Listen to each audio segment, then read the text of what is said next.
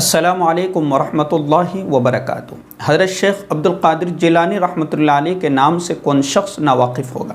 ہر شخص ان کو جانتا ہے، ہر شخص کو ان کے نام کا علم ہے کہ ہر شخص جانتا ہے کہ وہ اپنے زمانے کے بہت بڑے ولی اور بہت بڑے اللہ والے گزرے ہیں۔ وہ اپنے وقت کے اور اپنے زمانے کے بہت بڑے بزرگ تھے۔ اللہ رب العزت نے ان کو ایک بڑا مقام عطا فرمایا تھا، اللہ نے ان کو بڑی ولایت عطا فرمائی تھی، اللہ رب العزت نے ان کو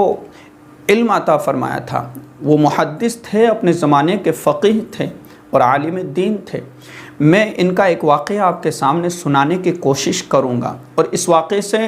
ہمیں یہ اندازہ ہوگا اور یہ معلوم ہوگا کہ علم دین حاصل کرنا کتنا ضروری ہے، یعنی دین کا علم حاصل کرنا، شریعت کا علم حاصل کرنا لوگوں کے لیے، مسلمانوں کے لیے کتنا ضروری ہے، اور شیطان مسلمانوں پر جو ہے کس طریقے سے حملہ کرتا ہے اور ان کے ایمان کو کس طریقے سے ختم کرنے کی اور سلب کرنے کی کوشش کرتا ہے۔ حضرت شیخ عبد القادر جیلانی رحمۃ اللہ علیہ، یہ ایک مرتبہ کا ان کا واقعہ ہے کہ اپنی عبادت میں مشغول تھے اور آسمان پر ایک بادل سا چھا گیا اور اس میں سے ایک چمک تھی، ایک روشنی ظاہر ہوئی۔ اس میں سے آواز آئی کہ اے شیخ عبد القادر جیلانی، ہم نے آپ کی نمازوں کو معاف کر دیا ہے، یعنی آپ نے اتنی عبادت کر لی ہے، آپ کا زہد اور تقوی اور آپ کی طہارت اتنی زبردست اللہ کے یہاں پر قبول ہو گئی کہ اللہ نے آپ کی تمام عبادتیں قبول فرما لیں اور آپ کی نمازیں اب معاف کر دی گئی ہیں، اب آپ کو نماز پڑھنے کی ضرورت نہیں ہے۔ حضرت شیخ عبد القادر جیلانی رحمۃ اللہ علیہ سمجھ گئے کہ یہ یقیناً یہ شیطان کی طرف سے کوئی شیطانیت ہے، کیونکہ میرے نبی علیہ الصلاۃ والسلام جو اتنے بڑے نبی ہے، تمام کے تمام نبیوں کے نبی ہے، زمین و آسمان کے نبی ہے، اور انہوں نے اتنی تکلیفیں اور اتنی مصیبتیں، اتنی مشقتیں برداشت کی ہے، لیکن اس کے باوجود بھی نبی سے نماز معاف نہیں کی گئی، تو ہم کون ہوتے ہیں کہ ہماری نماز معاف کر دی جائے؟ تو جب اس طریقے سے حضرت شیخ عبد القادر جیلانی رحمۃ اللہ علیہ نے جواب دیا تو پھر وہ خاموش ہو گئے، یعنی کہ وہ آواز نہیں آئی۔ پھر دوبارہ ایک اور آواز آئی کہ اے شیخ عبد القادر جیلانی، آپ کو آپ کے علم نے بچا لیا ہے۔ پھر شیخ عبد القادر جیلانی رحمۃ اللہ علیہ نے جواب دیا کہ اے خبیث، یہاں سے چلا جا، میرے علم نہیں بلکہ میرے اللہ نے میری حفاظت فرمائی ہے۔ اب دیکھیے، شیطان کا ہتھ کنڈا اتنا ہے کہ پہلی مرتبہ میں آپ کے ایمان کو اور آپ کو دھوکہ دینے کی کوشش کی ہے۔ جب آپ اس کے ہتھ کنڈے سے بچ گئے، اس کی شیطانیت کو سمجھ گئے اور آپ نے فوری طور پر جواب دیا، تو پھر دوسری مرتبہ شیطان نے حملہ کیا کہ آپ کے علم نے آپ کو بچایا۔ تو حضرت شیخ عبد القادر جیلانی رحمۃ اللہ علیہ نے فرمایا کہ میرے علم کی کیا،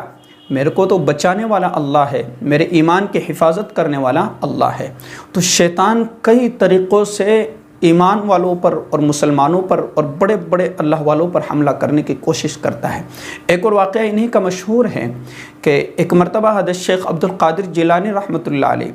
جنگل میں جو ہے اپنی عبادت وغیرہ کر رہے تھے، ٹھیک ہے، تو اس وقت آپ کو بڑی پیاس لگی اور آپ کے پاس پانی کا کوئی دور دراز تک بھی انتظام نہیں تھا، تو آسمان سے شیطان جو ہے چاندی یا سونے کے گلاس میں پانی لے کر کے آیا اور کہا کہ لیجئے، جنت سے اللہ رب العزت نے پانی آپ کے لیے بھیجا ہے۔ تو حضرت شیخ عبد القادر جیلانی رحمۃ اللہ علیہ فوراً سمجھ گئے کہ یہ جو برتن ہے، یہ جو گلاس ہے، سونے اور چاندی کا ہے، اور شریعت محمدی میں، یعنی حضرت محمد الرسول اللہ صلی اللہ علیہ وسلم کی شریعت میں چاندی اور سونے کا برتن استعمال کرنا یہ حرام ہے۔ تو جو چیز شریعت محمدی میں حرام ہے، تو وہ اس چیز میں آسمان سے پانی کیسے بھیجا جا سکتا ہے؟ ایک اللہ والے کو، ایک بزرگ کو اور ایک آدمی کو اور ایک امت محمدیہ کے ایک شخص کو کس طریقے سے اس چیز کو حلال کیا جا سکتا ہے؟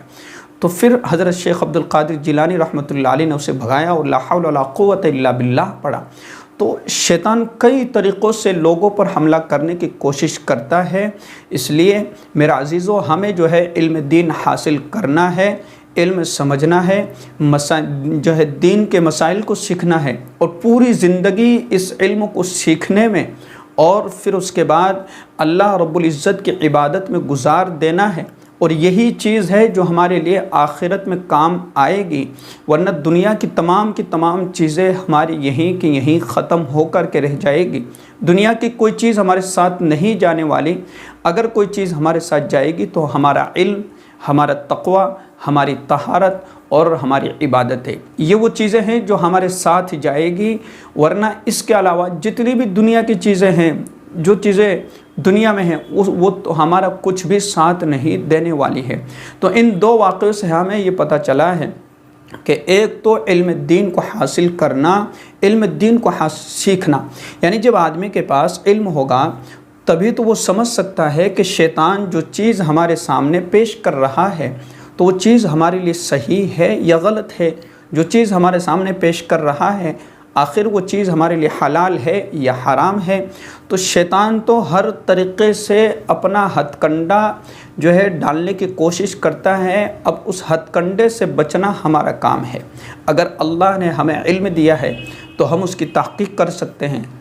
اس کو سمجھ سکتے ہیں کہ ہمارے لیے اس چیز کا استعمال کرنا، اس چیز کو اپنے لیے استعمال میں لانا جائز ہوگا یا ناجائز ہوگا۔ تو شیطان تو کئی طریقوں سے حملہ کرنے کی کوشش کرتا ہے، اس لیے میرا عزیزو میں یہی آپ سے کہوں گا کہ علم دین کو سیکھنے کی کوشش کریں، علم دین کو سمجھنے کی کوشش کریں، علم حاصل کرنے کی کوشش کریں، اور پوری زندگی ایک طالب علم بن کر کے گزار دے کہ میں علم کا طلب کرنے والا ہوں، جہاں سے جس جگہ سے مجھے کوئی علم کی بات ملے تو میں اس کو